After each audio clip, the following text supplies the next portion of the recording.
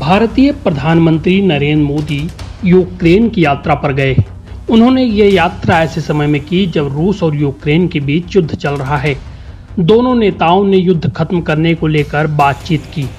यूक्रेनी राष्ट्रपति Vladimir Zelensky ने भारत को रूसी अर्थव्यवस्था पर बड़ा प्रभाव रखने वाला बड़ा देश बताते हुए कहा कि भारत और भारतीय रूस के प्रति अपना रवैया बदलते हैं तो युद्ध खत्म हो जाएगा, क्योंकि पुतिन जंग रोक देंगे।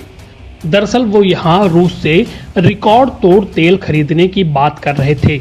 यूक्रेनी राष्ट्रपति ने शुक्रवार को कहा कि अगर भारत समेत दुनिया के दूसरे देश रूस से रियायती दामों पर तेल खरीदना बंद कर दें तो उसके सामने बड़ी चुनौतियां पैदा हो जाएंगी। फरवरी 2022 में यूक्रेन पर आक्रमण के बाद प्रतिबंध लगने के बावजूद भारत रूस से तेल खरीद रहा है, जिसकी पश्चिमी देश आलोचना करते रहे हैं।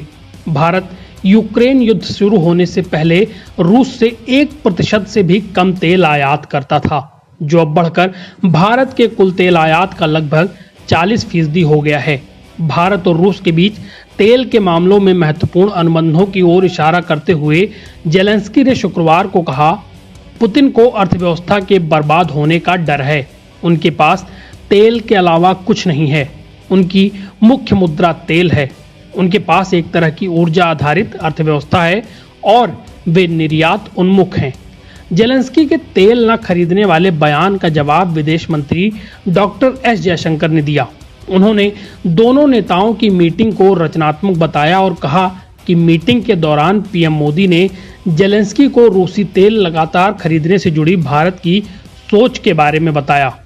न्यूज एजेंसी रॉयटर्स की रिपोर्ट के मुताबिक जुलाई में भारत ने रूसी तेल के दुनिया के सबसे बड़े खरीदार चीन को पीछे छोड़ दिया है और प्रतिदिन 20 लाख बैरल से ज्यादा तेल खरीदा। भारत ने तर्क दिया कि रूसी तेल को छूट पर खरीदने से दुनिया की ही सेवा हो रही है, क्योंकि इससे वैश्विक बाजारों में तेल की कीमतें कम हैं। डॉक्टर जयशंकर ने कहा, रूस का तेल खरीदना राजनीतिक नहीं बल्कि एक मार्केट रणनीति है। वहीं इस यात्रा के दौरान भारत और यूक्रेन ने 4 समझौतों पर हस्ताक्षर किए और रक्षा व्यापार, चिकित्सा, हरित ऊर्जा और शिक्षा समेत कई प्रमुख क्षेत्रों में सहयोग बढ़ाने को लेकर संकल्प लिया। प्रधानमंत्री नरेंद्र मोदी और यूक्रेन के राष्ट्रपति व्लादिमीर जेलेंस्की ने द्विपक्षीय संबंधों को और बेहतर बनाने की प्रतिबद्धता जताई। दोनों नेताओं ने बातचीत के दौरान संबंधों को व्यापक साझेदारी से बढ़ाकर रणनीतिक साझेदारी बनाने की दिशा में काम करने में पारस्परिक रुचि भी व्यक्त की। मोदी शुक्रवार की सुबह एक विशेष ट्रेन से कीव पहुंचे। ये 1991 में यूक्रेन के स्वतंत्र होने के बाद किसी भारतीय प्रधानमंत्री की पहली यूक्रेन यात्रा है।